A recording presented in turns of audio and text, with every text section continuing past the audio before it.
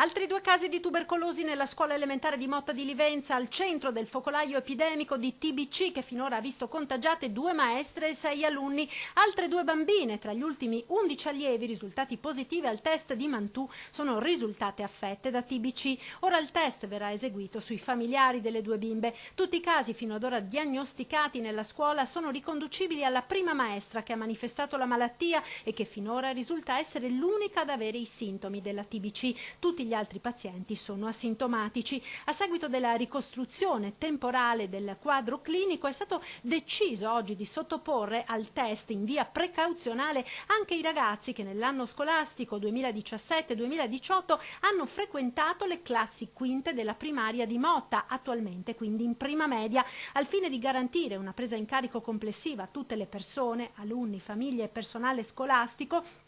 L'ULSS 2, d'intesa con il sindaco ed il dirigente, hanno deciso di inserire nella task force che sta affrontando il caso anche gli psicologi. Si sta lavorando ad una serie di incontri rivolti sia al personale che alle famiglie, ma intanto in paese si sta diffondendo la psicosi tra timori ed infondate cacce all'untore.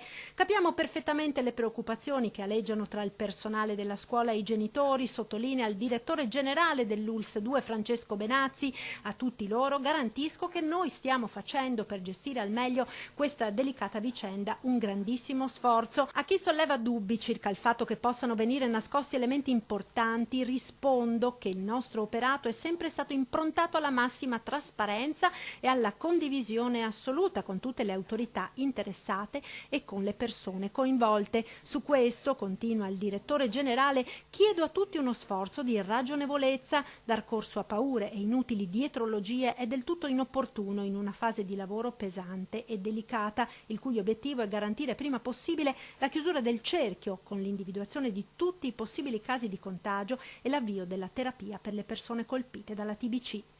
Intanto continua l'attività del call center attivo dal lunedì al venerdì dalle 14 alle 16. Il numero è lo 0422 32 38 88.